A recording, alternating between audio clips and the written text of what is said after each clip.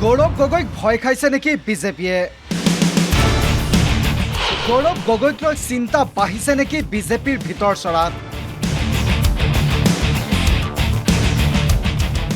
মুখ্যমন্ত্ৰীৰ পৰা বিজেপিৰ নেতালৈ সকলোৰে মুখত গৌৰৱ গগৈ। পাকিস্তানৰ সৈতে সুসম্পৰ্ক থকাৰ অভিযোগত মুখ্যমন্ত্ৰী হিমন্ত বিশ্ব শৰ্মাই প্ৰতিদিনাই কংগ্ৰেছৰ সাংসদ গৌৰৱ গগৈক তীক্ষ্ণ বাক্যৰে সমালোচনা কৰি আহিছে।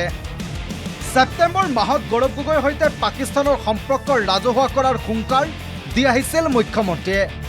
কিন্তু গৌৰৱ গগৈ এটাই কথা, ছেপ্টেম্বৰলৈ কিয়, আজি এই ৰাজহুৱা কৰক। মুখ্যমন্ত্ৰীক প্ৰত্যাহ্বান জনাই আহিছিল গৌৰৱ গগৈয়ে। গৌৰৱ গগৈক প্ৰশ্ন কৰি কৰি ভাগৰি পৰিছে মুখ্যমন্ত্ৰী, কিন্তু মুখ্যমন্ত্ৰীৰ এটাও প্ৰশ্ন উত্তৰ দিয়া নাই গৌৰৱ গগৈয়ে। গৌৰৱ গগৈ 17 বাৰকৈ পাকিস্তানলৈ গৈছিল। গৌৰৱ গগৈৰ পত্নীয়ে পাকিস্তানৰ পৰা দৰমহা লৈছিল।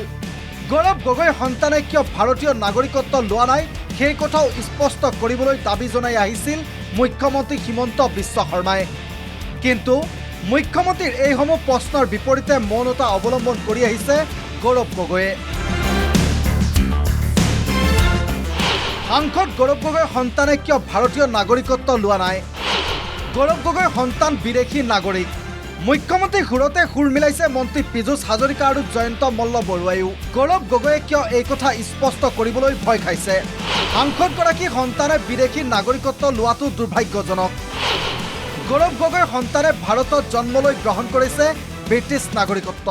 গৌৰৱ গগৈ ডাঙৰীয়াৰ 2 সন্তান ব্ৰিটিছ নাগৰিক, আৰু মই জানামতে ছোৱালীগৰাকী ইংলেণ্ডত জন্ম হৈছিল, মানে এগৰাকী ল'ৰা নে ছোৱালী এগৰাকী ইংলেণ্ডত। গতিকে ঠিক আছে, জন্মসূত্ৰে তেওঁ বাৰু ব্ৰিটিছ নাগৰিক, কিন্তু এগৰাকী সন্তান ভাৰতবৰ্ষত জন্ম হৈছিল।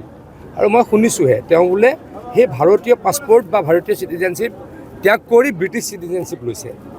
গতিকে ভাৰতৰ মূল বিৰোধী দলৰ উপদলপতিৰ ল'ৰা ছোৱালীয়ে যদি বাল্য অৱস্থাত ভাৰতবৰ্ষৰ নাগৰিকত্ব বাদ দিয়ে, সেইটো ভাৰতৰ কাৰণে অত্যন্ত দুখজনক কথা বুলি মই অনুভৱ কৰোঁ। অন্যহাতে গৌৰৱ গগৈ নিৰ্বাচনী প্ৰচাৰ অনুষ্ঠানতো একাংশ বিজেপি নেতাই কলা পতাকা প্ৰদৰ্শনে প্ৰতিবাদ সাব্যস্ত কৰে। এই দৃশ্য আছিল নলবাৰী নিৰ্বাচনী প্ৰচাৰ সভাৰ। একাংশ কংগ্ৰেছী নেতাই গৌৰৱ গগৈ জিন্দাবাদ ধ্বনি দিয়াৰ বিপৰীতে বিজেপি সমৰ্থকে দিছে গৌৰৱ গগৈ মুৰ্দাবাদ ধ্বনি।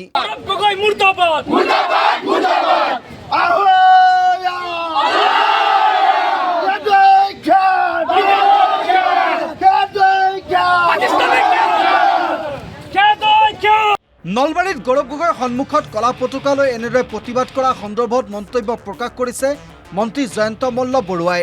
এই ঘটনাৰ পিছত গৌৰৱ গগৈৰ যিটো স্থিতি আৰু গৌৰৱ গগৈৰ বিৰুদ্ধে যিবিলাক অভিযোগ উত্থাপন হৈছে যে তেওঁ পাকিস্তানলৈকে গৈছিলে, তেওঁৰ ল'ৰা ছোৱালী ভাৰতীয় নহয়, ঠিক তেনেদৰে তেওঁৰ পত্নীয়ে পাকিস্তানৰ NGOৰ পৰা দৰমহা লয়, এই কথাবিলাকে নিশ্চয়কৈ নলবাৰীবাসীৰ মনত এটা অশান্তি কৰিছে আৰু তাৰেই চাগে বহিঃপ্ৰকাশ ঘটিছে। গৌৰৱ গগৈক নলবাৰীত এনেদৰে পাকিস্তানী সজোৱাটো মুঠেই ভাল পোৱা নাই একাংশ কংগ্ৰেছ কৰ্মীয়ে। যোৱাকালি এগৰাকী ভণ্ড ৰাজনৈতিক নেতা জয়ন্ত মল্লৰ প্ৰৰোচনাত পৰি কিছুমান দুষ্কৃতিকাৰীয়ে যিটো গুণ্ডাগিৰি কৰিলে আমাৰ নলবাৰীৰ চহৰৰ সমীপৰে বালিতাৰা আৰু মানে ভেলামাৰীৰ সেইখিনি ঠাইত যিটো গুণ্ডাগিৰি কৰিলে, নলবাৰীয়া ৰাইজৰ কিছুমান দুষ্কৃতিকাৰীয়ে যেনেকৈ পাকিস্তানৰ পতাকা লৈ কলা পতাকা লৈ লোকসভাৰ বিৰোধী দলৰ উপদলপতি গৌৰৱ গগৈ ডাঙৰীয়াক সামাজিকভাৱে অপদস্থ কৰাৰ মানে অপপ্ৰয়াস কৰি যিবিলাক কাণ্ড ঘটালে, যিবিলাক গুণ্ডাগিৰি কৰিলে, সঁচাকৈ আজি নলবাৰীবাসী ৰাইজ হিচাপে সকলোৱে লাজ পাইছে, আমিও লাজ পাইছোঁ। মুঠৰ ওপৰত সাংসদ গৌৰৱ গগৈ পাকিস্তানৰ সৈতে সম্পৰ্ক কেনেকুৱা আছিল সেয়া সম্পূৰ্ণ ৰাজহুৱা হ'বলৈ মাজত আৰু কেইবামাহো বাকী। কিন্তু তাৰ বিপৰীতে পঞ্চায়ত নিৰ্বাচনৰ সময়ত গৌৰৱ গগৈ বিষয়টো নিৰ্বাচনী ইছ্যু হিচাপে লৈ মুখ্যমন্ত্ৰীৰ পৰা বিজেপিৰ একাংশ নেতা এতিয়া বাকযুদ্ধ তুংগত উঠিছে।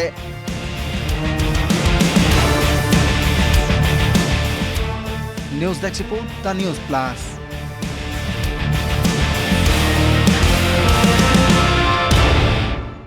যিকোনো খবৰৰ বাবে যোগাযোগ কৰক 7099017330 লগতে 7099017110 নম্বৰত।